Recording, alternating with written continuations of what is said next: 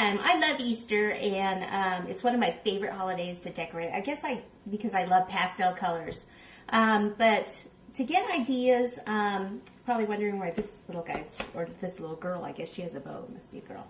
She's sitting here. I got this at, I was in a cake club, and they have raffles, and I got this like 2 years ago at a raffle. And as soon as I saw it, I thought, cake! Looks like a cake.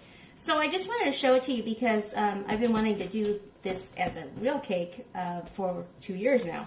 So this is it right here. This the ears can either be down or up. What I've got here are 3 very small cakes. The bottom one is, it's about a 5-inch cake on the bottom. And I wanted it to be about the same height as this. So it's actually five tiers of cake and 4 layers of filling. And then this one is a 4-inch cake here, and then about a 3-inch cake up here. And these are covered in roll fondant. This one could also be done in buttercream. You might just have to do the arms a little bit different way if it's in buttercream. So I went ahead and I did my support system inside with just regular dowels like this that I've cut. Each cake is on a separate cake board, so it's on top of dowels. And then to secure it, I went ahead and, if we could bring the camera up here and just show, I put one support right down the center here. And these are the skewers like this. So what I did is I just cut it down, and then I went ahead and put it all the way through all the cardboards, all the way down into my base. And my base is 3 cardboards taped together and then covered with white contact paper.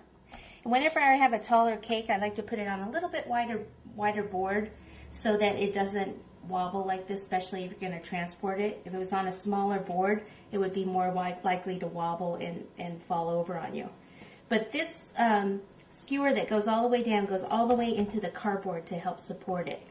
And then I was thinking, first these ears were down like this, and they have wire in them, so I don't know if originally they were up like this. When I got it, they were down. But I thought, oh, cool, I can go ahead and make the ears stand up. If I go ahead and put 2 more skewers in, I can support fondant ears with the skewers. So what I did is I put one in at a slight angle going this way, and then the other one I put at a slight angle going this way to give it, I didn't want them just straight up and down. You want to give it a little bit of movement, a little bit of character when they're a little off, like one slightly forward and one slightly back a little bit. Okay, and they're sticking out about, whoops, wrong side of the ruler. They are about 2.5 inches high for those supports. Okay, so now we've got this part. Now we can go ahead and actually start to decorate. So we'll go ahead and we'll start with the ears. So we need, on this tray over here, I've got a variety of things. I've got a lot of different colors of fondant. I've got my white, my pink that I've covered the cake in, pastel colors, lavender, blue, some orange for the carrots, yellow, because we're going to make little daffodil flowers. And I also have a butterfly mold, so I'm not sure if I'm going to use the cutters or the mold. And then I have this little flower cutter, which we're going to actually make our daffodils with, and some other little small plunger cutters to make some other flowers.